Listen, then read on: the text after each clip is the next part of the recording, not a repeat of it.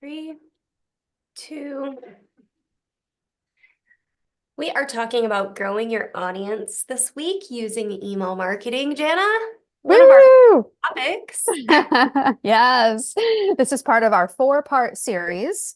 We've done two already, and we have one more after this about the four different like big categories or ways that you can grow your audience as an online business. Yep. I am super excited for this. I'm just getting Yeah, WhatsApp open back up on my computer because sure. the app just deleted itself off my computer and told me to download a new one. Oh, I I have some sort of thing going on in the background that like cleans up dead apps and stuff. oh yeah. Yeah. So And I I'm just WhatsApp trying is to, weird like that. You have to like do like a QR code or something to get back into WhatsApp. yeah. Yeah. I'm just trying Yeah. to get our notes back up, but we can go ahead and share with the audience Yeah. all of our wisdom when it comes to email marketing. Is that what you call it? I don't really know. But Sure. I we're mean, going to I talk think you're about, wise. well, today we were just going to talk about email lists in different ways other than just like hammering you over the head that you need an email list because Instagram's going to go down. Like, we don't want to bully you into that. We don't want to scare you. It shouldn't be a stressful thing. It should be exciting.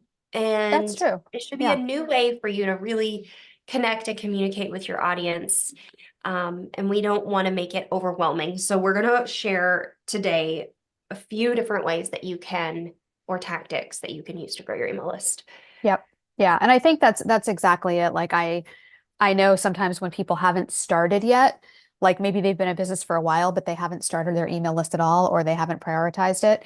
It can feel a little overwhelming. So big caveat at the beginning of this, because we're going to talk about some different things that we both have experienced and tried that have worked well over the years. And I don't know, maybe there'll be some things we think of and mention that we've tried that didn't work well too. That might be part of what Yeah. this is that we talk about today.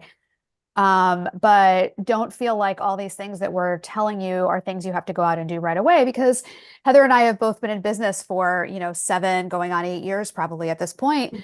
And these are things we've tried over the course of the last 7 or 8 years. It's not like when we first started, we immediately started doing all of these things and they were all perfect right away. So just listen to some of these ideas that we have. And if any of them resonate for you, maybe you want to pick one or two things from this grow your email video that we're making and choose those things to go into your audience growth stack. Because, like we were talking about, this is part of a four-part series. And this kind of the subtitle of this series is what is your audience growth stack? Because we both believe that you can pick a couple of things at the most, like one or two things from each of the four categories to Mhm. make your audience growth stack. And if you want to learn more about that, you can watch the first two videos we did in this series because we don't want to like be too redundant here. But basically, like I have an audience growth stack for 2024, and it's like four, maybe five things. It's not 10 things. Yeah. So just remember, you're only looking for one or two things to try from the list that we're talking about today, not you have to try them all at once because they worked for us at some point in our business. So caveat there. No, and we definitely don't ever want people as they're listening to these lives and listening to our um, advice or opinions on topics to, like I said, to feel pressured at any point because, oh, it worked for us, so it'll work for you. That is not what this is about. These are proven tactics that have worked across multiple industries, not just for us. Um, so anyways, Yeah. all of that to say, why don't we kick it off with your first point in the notes you sent me? Yes. So even though we don't want you to feel pressure, it is important to know that we both believe that the only type of audience growth that is not optional for like a business that's going to have like staying power and make more money and more impact over time is email list growth. So the other three categories, social media, search engines, and collaborations, you could say to yourself, like, I'm not going to pick anything from one of those categories, and that's cool. But we really do believe that everybody should have an email list. Again, we're not saying you have to do it immediately and do all these things right away, but I do encourage anyone who's listening to listen in and pick something to get started with if you don't already have an email list. And we'll talk at the end of this video about like what steps you need to take if you truly haven't even started your email list yet. We'll talk about that a little at the end. But yeah, that's just the first point that I want to make, clear that this is the only type of audience growth that we think is like not optional or that we've considered not optional for ourselves over the years. So this is definitely, it's important. We don't want you to feel crazy pressure, but it is an important aspect of your marketing stack and your audience growth stack. Yeah. Yes, email marketing is a non-negotiable for me. Right. It was never that way. It was never that way before a few years ago. And I really Mm, only started seeing sales and taking my email marketing seriously, Jana, in 2022. So it's wow. really only been Okay. recently that I Yep. started seriously taking steps um towards this marketing strategy and this platform, this avenue. And when I started taking it seriously, I really started growing my email list very, very strategically and very rapidly. Right. So let me put you on the spot for a second. Up until the point where you started taking things seriously, how big was your email list when you sort of made that change and were like, I need to start taking this more seriously? Probably between 1,500 to 2,000 people. Okay.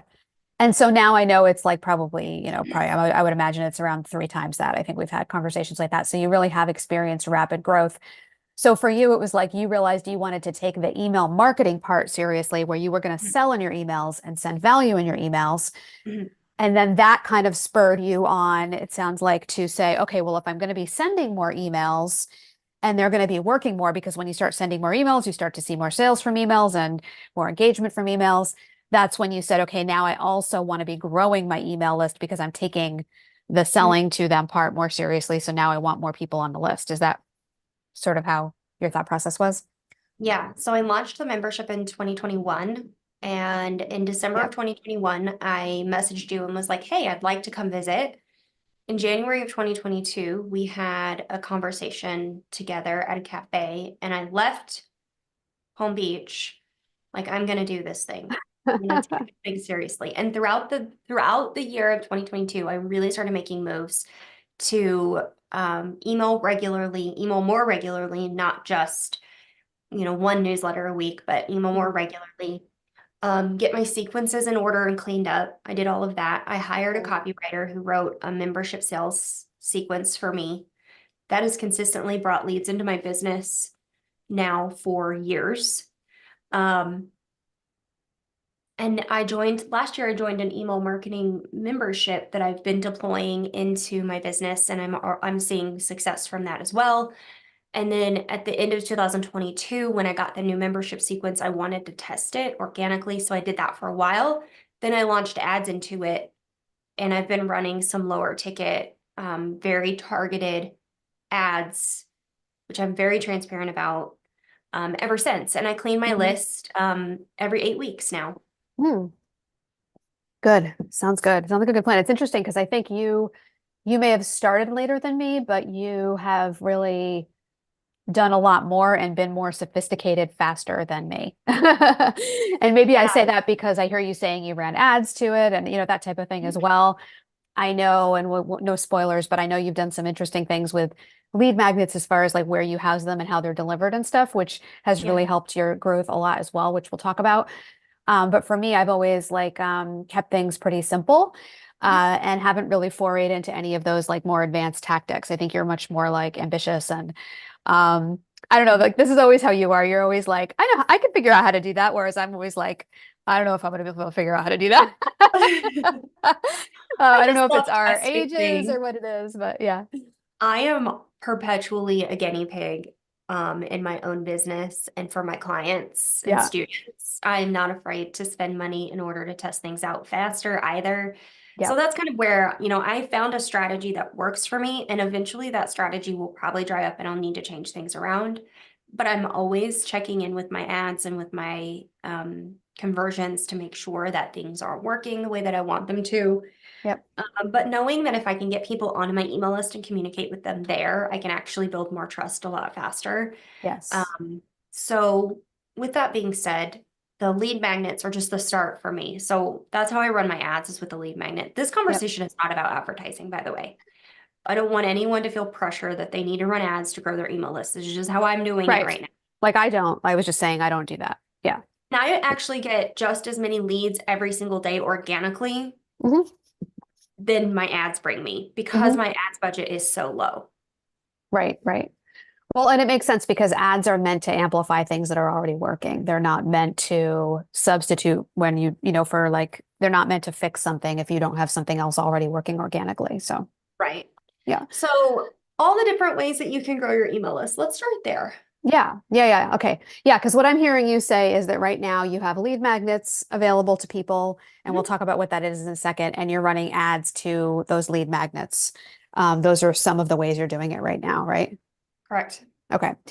So yeah, so lead magnets, in case anyone's listening, is super new. We call it a lead magnet because it's like it literally like is a magnet that's like pulling leads toward you. So it's like grabbing all those leads, like you can imagine like a big powerful magnet, grabbing a bunch of like small metal things and going like, whoop, got them, right? So you are offering something that is like a bite-sized piece of value in exchange for the person's email address and the permission to stay in touch with them via email. That's essentially like the layperson's definition. Um, and so there are different kinds of lead magnets as well, right? So PDFs can be lead magnet. It can be as simple as like a checklist or a guide. It can be something that is a little bit more sophisticated, like a webinar is a type of lead magnet. You can Mhm. have templates as lead magnets, anything that you can deliver digitally, like almost like you deliver a low-cost product. And in fact, I heard the advice a long time ago, and it's always stuck with me, and I've always followed it, that if you want to create a really good lead magnet, one of the criteria to use is to try to find something that people are like already paying for, if that makes sense, and make your version of it, right, with your own IP and your own ideas, and then make it free. So it's like it should be not so valuable that like somebody would have paid $1,000 for it, but valuable enough maybe that they would have paid 50 or $100 for it. And that way you end up with something, as long as you use the other criteria too. And Heather has a great training about this, which we'll mention in a few minutes. That's one way to make sure your lead magnet's going to be like really desirable to people. So you're giving people a piece of value, almost like a small digital product, if you think about it that way. It's really the same, but you're giving it for free to get them on your email list or in exchange for their email list and the permission to email them regularly. So Yeah. those are the different kinds of lead magnets, but they're not the only way to grow your list either. So, Yeah. No, another way to grow your list is obviously through the summits that you're doing, which mhm. have an entry point, almost like a lead magnet for that, a sign up page. Yep, So in a way, that is also a lead magnet, and the delivery totally. is the sessions. Yep, exactly, exactly. So right now, one of the things in my audience growth stack is these micro audio summits, and we talked about them a lot in the collaboration Yes. episode that we Hmm. did, which was about growing your audience with collaborations, because there's some crossover here. But Yeah. a couple times a year, a few times a year, I'm getting together some experts, and it's a micro, so it's small, it's only 7 or 8 people, audio only, so you get it delivered to your earbuds, Hmm. and you can listen on your podcast player summit. So it's basically a collection of 7 or 8 expert trainings around a really specific theme. And the last one I did brought in almost 500, actually, yeah, a little over 500 people signed up for it. Not all of them were new to my list, but the majority of them were. Incredible. So yeah, that is basically like a lead magnet, essentially. And then you mentioned summits too, like when you have a lead magnet that people want, for example, a lead magnet I've been using for a really long time that people really want and people really like is my webinar, my 5 secrets for using Pinterest to grow your audience on autopilot and attract clients.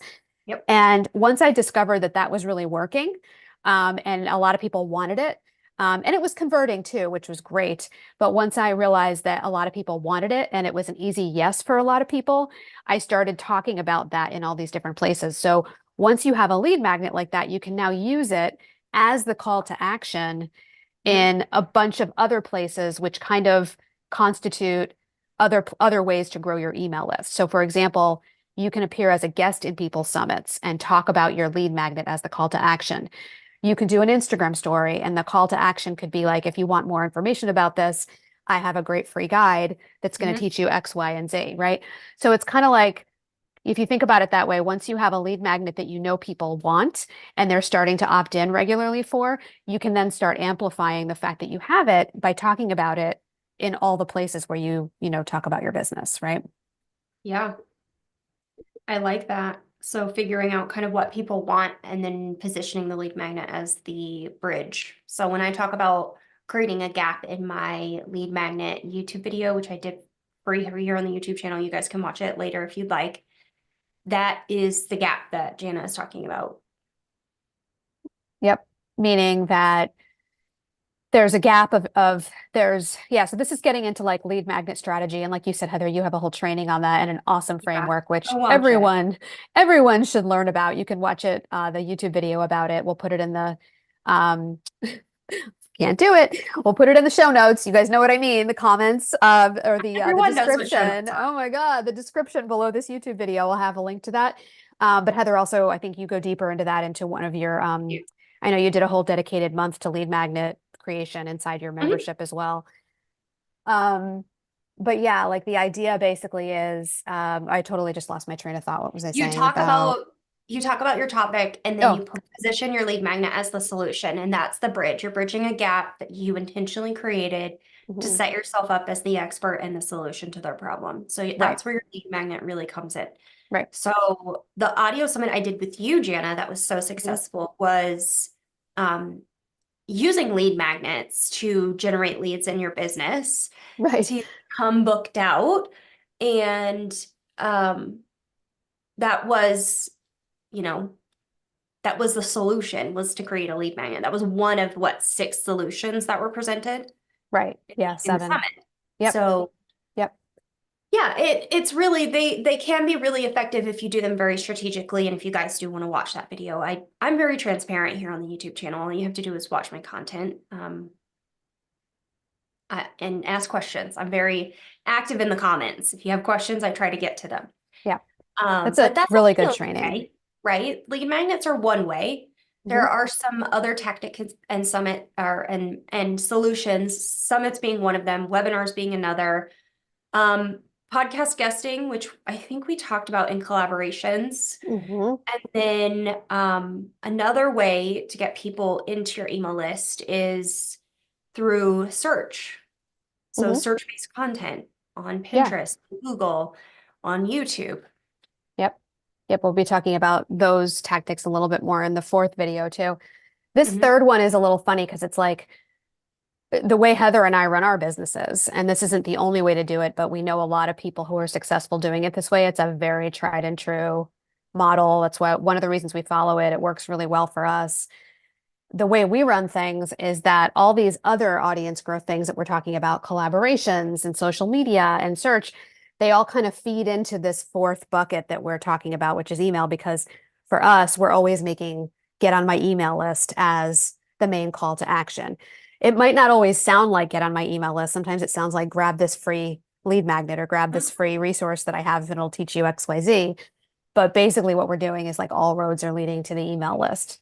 And again, that's not how everybody does it, but that's how, we like to do it. And so that's why you'll hear some overlap, I think, between these different strategies. Yeah. It's also worth mentioning too, though, that, if you had told me like a year ago that you could just say like, instead of having a lead magnet, you could just say, hey, get on my newsletter. I would have been like, no one wants that anymore. But that has actually changed. It's kind of come back into style and fashion to actually have a newsletter, although I don't call it a newsletter. And I think a lot of people who do this don't call it a newsletter, but have a piece of content that you're sending out at least once per week to your email list that you have put a definition on, if you will, that you've defined enough for people that actually acts as the lead magnet. So for me, I have a weekly email series that I send out on Tuesdays. It's called High Leverage Hits. And I could rattle off what it's for, but you could just go to the landing page, which I'll also put in the description of this video, that talks about what I talk about in High Leverage Hits. And because I make it sound really attractive, and it is because I'm sending out amazing emails, people want to be on my email list just so they can get that content. So that content actually kind of acts as the lead magnet in that case. So I say, I would love for you to, get on my list so you can get my Tuesday High Leverage Hits emails. In those emails, I share A, B, C, and D, and it's going to help you, P, D, and Q.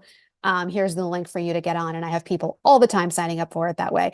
And again, if you had asked me a year ago or a year and a half ago if I would be doing it that way, I'd be like, no, nobody wants that. But I've since learned differently. And I think people are coming back to just really like wanting quality content. So if you can communicate that you're going to be giving them quality content and that it's relevant for them, they don't care if it comes in a PDF or a webinar or in an email that you send out weekly. They just want the quality content, you know?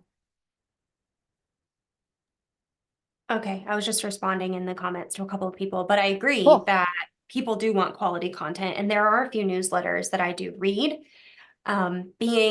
And I think we might have talked about this last week, but having that exclusivity to your email list and being really exclusive with what you offer there is a Mhm. selling. Yes, good point. Good point by you. Yep. Making sure there is exclusivity, meaning that there is content that they'll get if they're on your email list that they will not get anywhere else. Yeah. Um, Heather and I are both big on repurposing your content and repeating your messages. The only place where I feel that I will not repeat all my messages is in my email. That doesn't mean that I don't repeat messages, but I add content in my emails that you won't get anywhere else. There is exclusive content in there. You Whereas know what? I don't care if my threads posts are exclusive or if my Instagram is exclusive or anything, but I care if my email list gets exclusive content. I want to send them exclusive content. I had a realization recently with sponsorships Hmm. related to sponsoring newsletters. This is a topic that's becoming really popular. Yeah. I'm actually going to be having my very first ever sponsored newsletter next Tuesday, and it's going to be a much more in-depth email Hmm. regarding the topic I'm talking about in the YouTube video that goes out next week, which is Hmm. also sponsored by the same company. And I was just having a conversation with my friend Rose about newsletters, and I kind of came to this realization that when you do content that is really exclusive to, like, for example, your newsletter, especially with email marketing, there's a lot less throttling that goes on there. You can Yes. pretty much do whatever you want, and as long as you have a healthy newsletter with people that are opening, reading, responding to it, you're really not as throttled in that location as you are, say, like YouTube, Instagram. Like, Hmm. of course, you have to abide by ICANN, Spam Act, and all of that stuff, abide by GDPR guidelines. But as long as you're Hmm. above board on all of those things, that exclusivity in your email, in your newsletter, or just your email strategy in general can really take you above and beyond your competitors, Yeah. Yeah. even with a Absolutely. tiny list. Hmm. Yep, totally agree with that. Totally agree. And we should probably do some more videos, some more lives about like the actual email content strategy as well, Yep. because that's a whole nother topic as well that, you know, that is something that, you know, you and I both think about a lot, even if we don't know we're thinking about it because we're making sure that what we're sending to our list is also stuff that they want and that it's converting and all that kind of stuff. So where today we're talking about like growing the list, we could do a whole series too about like, you know, we kind of Points. we did one about like what to put in your email newsletter, I think, but we could go more deeply into what you were just describing. Yeah, I love that. maybe generation. Hmm. So something that I wanted to touch on that Jana already kind of briefly touched on, she teased about, is another tactic to growing my email list over the last almost, well, yeah, it's been a year. It's been since February of last year that I moved my first lead magnet to another platform. Really, it's been almost, Started yeah, testing a it whole in year. February because I saw someone else doing this, and I started quietly testing it in the background. And in March, I started moving more of them over. And then by May, I had moved almost all of them over. Hmm. End of May, beginning of June. So I actually started growing my email list with ThriveCart free products first. So this was a really easy way for me to repurpose. So this whole thought process of repurposing your content, repurposing Hmm. your emails. I also repurposed tools I was already using in my business and paying for Mm. Yep. to grow my email list easier, to make it an easier yes for people. So not just sending them to a landing page where they have to read all this copy and then decide to put their information in. Hmm. No, it was a very quick, like, it's a blurb and then the box, the Hmm. checkout box. It's free. Yep. Yep. So I So started with the ThriveCart. checkout box says 0 on it, right? Yeah, there's no money. They're actually like, it actually takes all the monetary value away. Yep. when you Mm-hmm. do it with a tool like ThriveCart. Mm-hmm. So I moved all of my lead magnets to ThriveCart, connected them to my existing automations in my business, and I had to do nothing else Mm-hmm. other than just share those links. Now, that led me down the path by June to actually moving all of my lead magnets onto Shopify as Mm-hmm. well. Right. So this is where I actually get a lot of leads from YouTube now, Hmm. is because my products are tagged in my YouTube store because Google obviously has their shop integration with Shopify. I was able to import my catalog to YouTube. I upload all my lead magnets for free. You can add multiple things to your cart. And then they check the box that they want to hear from me, and then they join my email list every single day. So I Mm. probably get anywhere from, on a really good day, probably close to 10 to 15. On a Mm-hmm. slower day, maybe 5 Mm-hmm. Just specifically from Shopify. from Shopify.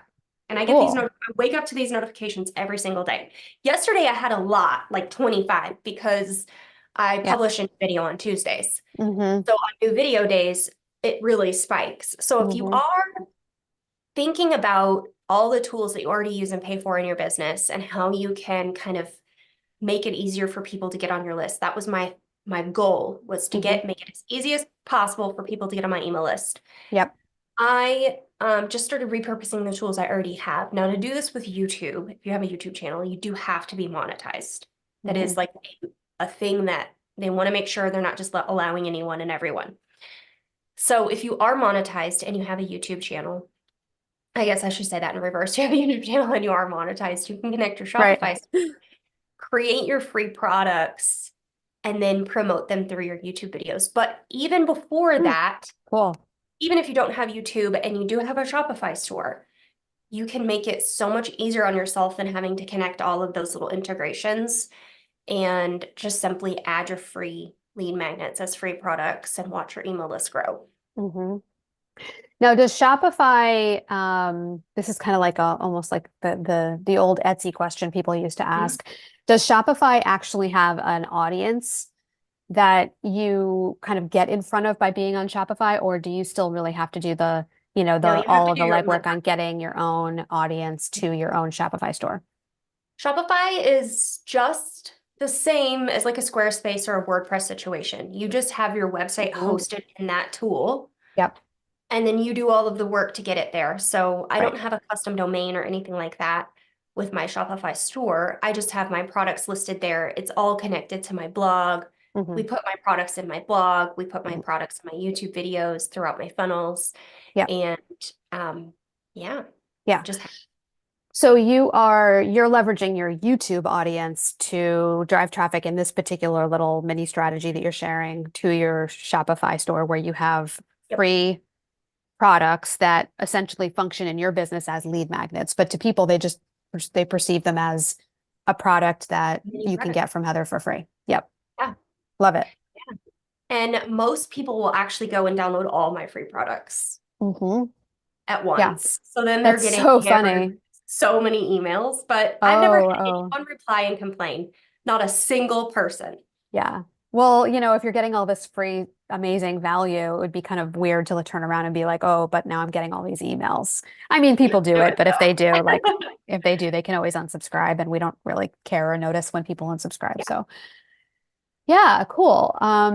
That's really neat. And do you have to do anything? This is kind of getting more into email marketing strategy and away from audience growth. So I don't want to go too far down this path, but I'm just curious, do you do anything with those follow-up automations to kind of make sure that people they're still getting multiple emails, but do you prioritize any of them? No, Meaning, okay. they're all still plugged in the same way that so if you go to my landing page for my strategy guide, which I shared in the comments for Derek, if you go to Hmm. that landing page to my strategy guide and get on my email list, you're going to go through the same automations if you opt into my email list from Shopify or ThriveCart. Okay, It's got all it. the same flows, and I did that very intentionally to keep it Right, very simple. right, because you need to be able to keep track of it. Yeah. Okay, cool. Awesome. I love it. So here we Yeah. are talking about lots of different ways to grow your email list and then also revealing one of Heather's pretty unique strategies. I haven't really heard No many people one's talk talking about about it. that. So yeah, No. yep. Cool. I wonder if I should do a full length YouTube video on this I was thinking that. on this Yeah. channel. Yeah. Like a cool, like, Let me yeah. know in the comments below if you're watching the replay, if you're watching live, if this is something that you would like to hear more about, maybe a 10 to 15 minute YouTube video. Just Because dedicated to that. if you did that, you could actually show, like, you could share your screen a little bit and show people kind of what some of the integration looks like, right? Yeah. Yeah. Okay. Yeah. Love it. Okay, well, we've been here for 32 minutes already. So should we talk about, maybe what people need to do if they haven't started an email list yet? Sure. Because that's always a topic that we Yeah. we Yeah. get. So, yeah, like Heather was saying at the beginning of the video, like, we don't want anyone to feel like, a huge amount of pressure. At the same time, like, we really do both believe that this is like such a seminal strategy and that it really isn't optional and for a business that's like really lasting. So I would say if you haven't started your email list, let's talk a little bit about the tech and whatnot, but also the mindset around it. Um, I'm not sure exactly what I want to say about the mindset or how to like put words to this, but I guess basically I want to say like, don't be ashamed that you don't have an email list yet or that your email list is small. I talk sometimes with my friend Wendy about like small list shame because she has the Micro Audio Summit, which is like a list building strategy that I use for the summits. And she finds a lot of people come to her and they're kind of sheepish because they have small email lists. And even though they have big followings elsewhere, um, or they might even be pretty successful in business, they feel kind of shameful because they don't have a big email list, right? And so you can change that, but you just have to like start prioritizing it, right? So don't feel like you're the only one out there that doesn't have an email list yet at all or doesn't have a big list because it's just not true. There's more people out there that haven't started or have a really small list or are not really sending them a lot of stuff when they're growing that list than there are people who are you know doing the thing like we are like Heather and I are. So I don't know if that's helpful for people, but like don't feel bad about it, but I would just get into action and make a couple of moves to change it. And I think the best thing to do is just really pick one of the strategies we talked about today. And I have some of these outlined in my audience growth blog post, which I'll also Mhm. put in the description of this video. So kind of comb through these resources and choose just like one or two things. I would even say start with one that you want to do to start, promoting people the opportunity to get on your list. And then the other thing people ask me a lot, Heather, and I'm going to kind of pose this question to you, is if they haven't even picked like software for that, it's called an ESP, an email service provider. Do you have any recommendations when like your students inside your membership say, hey, what software should I use for my email list? Yeah, I'm really, really very biased, and that is because I started with ConvertKit in 2016, and I've been with them since 2016. I've never changed. I just knew going into growing a business, how important it was at the time to grow an email list, even though maybe I never prioritized it like I should have. But you knew you would at some point. I knew Mhm. at some point this was something that I wanted to do, so I chose an email service provider at that point that I actually was paying out of pocket for outside of the business because I couldn't afford it. Now, this is not the same advice I would give myself. And they've since added a free plan. Okay, so things have shifted and changed with ConvertKit over the years. I still use and love ConvertKit for the Mm, affordability, having almost 7,000 subscribers that are active on my email list with over a 50% open rate every single week. 100 bucks a month is what yeah, I pay. it's well worth it. Hmm. Well worth it. And I have all the automations and everything like that. So Hmm. I think what I would do in this instance, if I were asking myself this question and starting again, is making sure I'm prioritizing the things that are going to be important to me. So if I am growing my email list with a lead magnet, it's going to be important for that person to be able to get that lead magnet and communicate with me afterwards on autopilot. So you are going to need to choose an email list software that offers automations from the beginning. So Hmm. that's kind of like key number one. Key number two is simplicity and ease of use. Those are my two factors. Hmm. Yeah. Yeah. And I know ConvertKit definitely, I know for a lot of people, they feel like ConvertKit is like the best of both worlds. It has a lot of the functionality you need. And it also is like extremely user friendly and streamlined in terms of the way you use it. I mean, there's always a conflict between those two things in any kind of software because anything that has all the bells and whistles that you need now and that you might need down the road, but just by definition ends up being less streamlined Yeah. because you're still seeing the possibilities when you're in there, even if you're not using them at that time. Mhm. So it's always hard to find that balance, or it's always not hard, but like you always have to be thinking about finding that balance. Um, I use ActiveCampaign. I love ActiveCampaign. It's very similar in a lot of ways to It ConvertKit. is. Yeah. It has probably more bells and whistles overall, and a lot of them I don't use.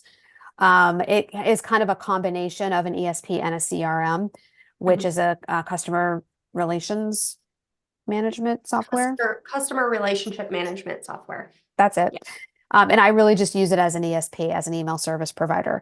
But I have Yeah. automations and funnels and things like that running. And for me, I would probably only be able to do all the things that I want to do now at this juncture of my business in ActiveCampaign. Or I would say the other option for me would be ConvertKit if I ever moved, away from ActiveCampaign.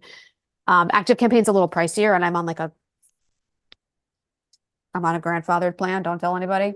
Um, um, but yeah, that's like one downside to ActiveCampaign. It's a little pricier. And then because it has like so much to it that you could do, even if I don't personally do it, sometimes people feel like it's a little bit less streamlined, but I've always found it to be extremely user-friendly. And I am by no means like a techie person. I'm really I'm a, not.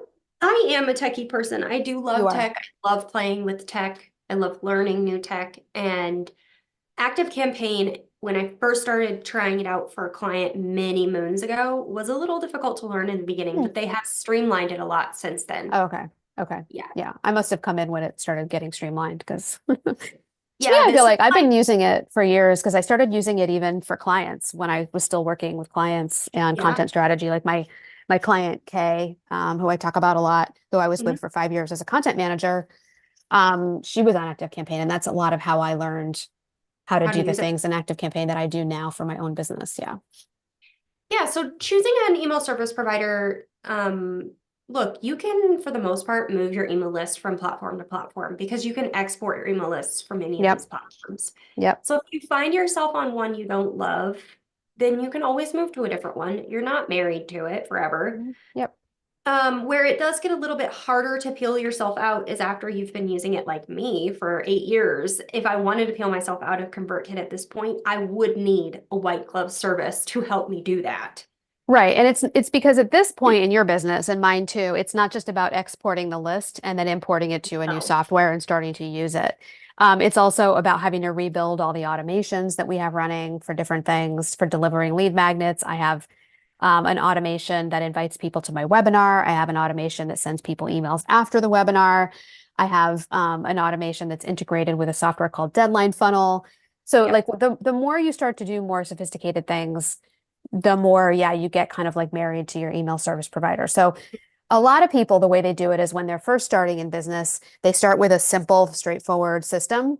Could be Mhm. ConvertKit or ActiveCampaign, but it also could be something, Like desk or simpler, mailer. Yeah. Flowdesk, MailerLite, right?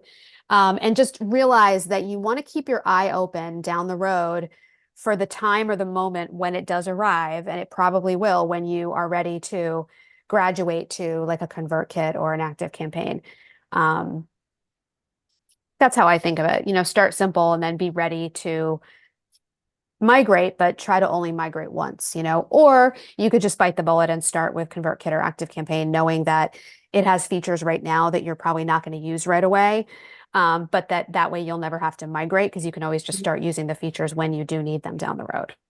I think that's why I've loved ConvertKit for so long is because they really started out as a tool to collect and send emails on autopilot and newsletters, and that was it. And they perfected that, and they did that really well. And then they added on the ability to sell digital products using their platform. Now we have that. Now we have a creator network where other creators can recommend you and you can recommend others so you can network together to grow your lists. Yep. I love this. It also gives you like a public profile that can be found on Google. So I'm now publishing my newsletters to publicly where people can find me there. And that was actually a selling point to my sponsor was the Ah, creator the network. creator network. Yeah, Mhm. cool. Yeah. So Yeah, like it's all the rage right now.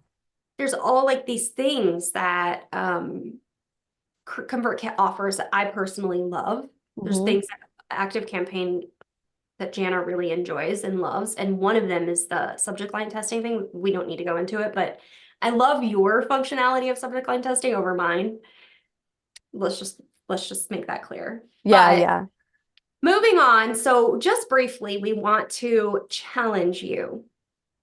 So you've chosen an email service provider. We want to challenge you to send one email a week. Yeah. I'm still sending one email a week most weeks. Mhm. Yeah. This week, though, I'm sending my second email, and I'm working towards a third Hmm. email a week. Yep. It's just it hasn't Yep. been in the cards in the beginning of the year. Yeah. Yeah, I think that that's exactly the thing is, commit to sending one email per week. And I think that when people get in their heads about it, it's because like you could send so many different kinds of emails. Like there's so many things you could do. So try to give yourself a little bit of structure. I was actually on a call the other day with a coach named Bridget Boudreau, who's really smart, and I want to credit her with saying this. She was saying that um, she was talking about frameworks, but this applies as well, that if you say paint a painting, but you don't have a canvas to paint it on, you could paint it anywhere. But when Yeah, you are given a canvas to paint it on, now you know what to do and you know where to, it's kind of so it's like you need a structure in order and like boundaries in the beginning in order to stay in action. Otherwise, there's too many options and you'll never start, right? I don't know yeah. if that's a good way to describe what she described. She said it much better than I. But give yourself a canvas like that and say, I'm going to send one email a week. I really like the format of saying, like, giving your email, your weekly email, like a branded name. Mhm. The same way you would give, any other platform a branded name, and having a little blurb that talks about at the top of it, like, this is my weekly email series. It's called this, and it helps you X, Y, and Z. Yeah, And that way it gives you that structure or that canvas. And every week when you send something, it should be fulfilling that mission. You should be sending something that helps your audience X, Y, or Z, right? And yeah. so I think to me that gives me the way to kind of like structure it and feel like I know what I'm sending, every week. And then I send more than that, but I think if you just start with one email per week and give yourself some structure so that you know what you're sending on a regular basis, that's a good way to go about it. But I digress. This YouTube was supposed to be about audience growth, not email marketing strategy. The two things just overlap so much. It's hard They to talk just about one we without just the love other. we love email so much that we want to talk about it. We do, We want to geek out over it. But right? really the mindset in the beginning, and it happens every time. So just be prepared for it, that you are going to start your email list and you're going to be so excited. You're going to send a few weeks of emails regularly, and then you're going to fall off and forget that it exists. So this trap is going to be set for you before you ever even get started.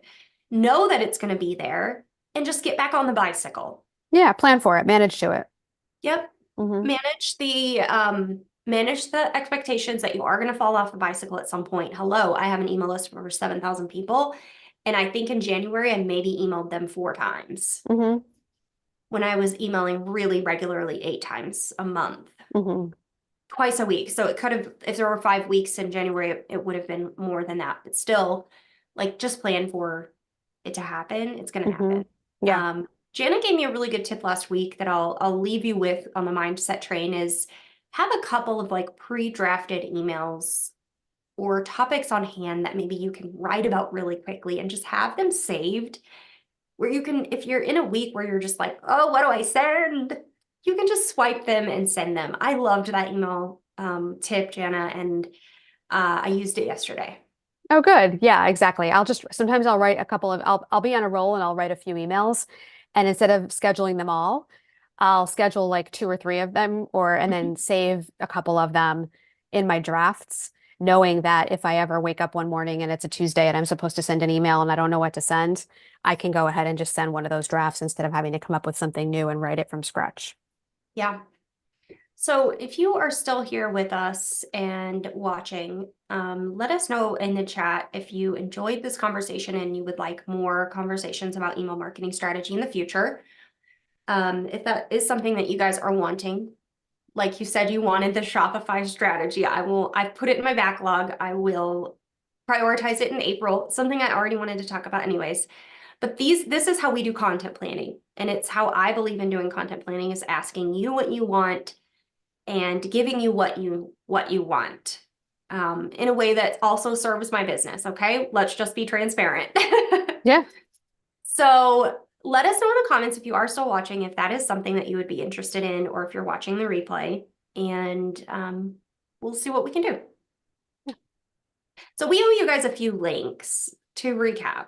Yeah, My I'm gonna magnet put, video. yeah, I'm gonna put my blog link that goes to my blog that's how to grow your audience, because it's gonna give you a lot of these things that we talked about all written out, Yeah. and kind of some other stuff from our other videos in the series.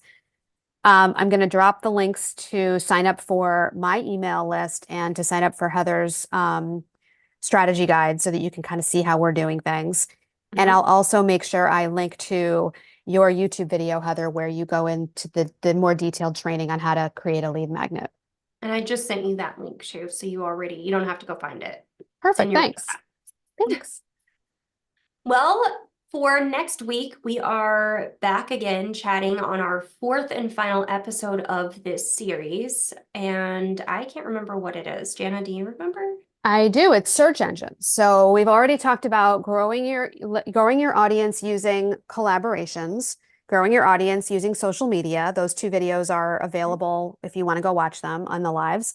And then today's was the third one, which is growing your audience via your email list. And Mhm. then the fourth growing your audience series is next week. And we're going to talk about probably the three main search engines, although there's a couple that are kind of, you know, still kind of no. Okay. Okay, we're not gonna talk about TikTok. Heather and I just had an ESP moment because we know each other really well. We're gonna talk about the three main search engines Yeah, the and three. and how you can use them to grow your audience. Because we have been using them and they're definitely proven to work. Yeah, yeah. And I one of them begins with the word P. I mean the letter P. So y'all know Heather and I know a lot about the P one. yeah. I just don't have enough behind TikTok to be able to talk about it confidently, Yeah, so yeah. we don't need to talk about it. Yeah, the three main search engines are Pinterest, Google, and YouTube. And Heather knows a heck of a lot about all of them, and I know a heck of a lot about two of them. So Yeah. we're gonna dish on that next week. Well, let's dish on that next week. Next week, the time might change. I don't know when the time change happens, but just make sure you go to the YouTube live page on my YouTube channel and click notify so you know when we go live in case the time zone changes between now and then. Because I don't really know when that happens, Jana. We don't do time changes in Tucson, so Yep.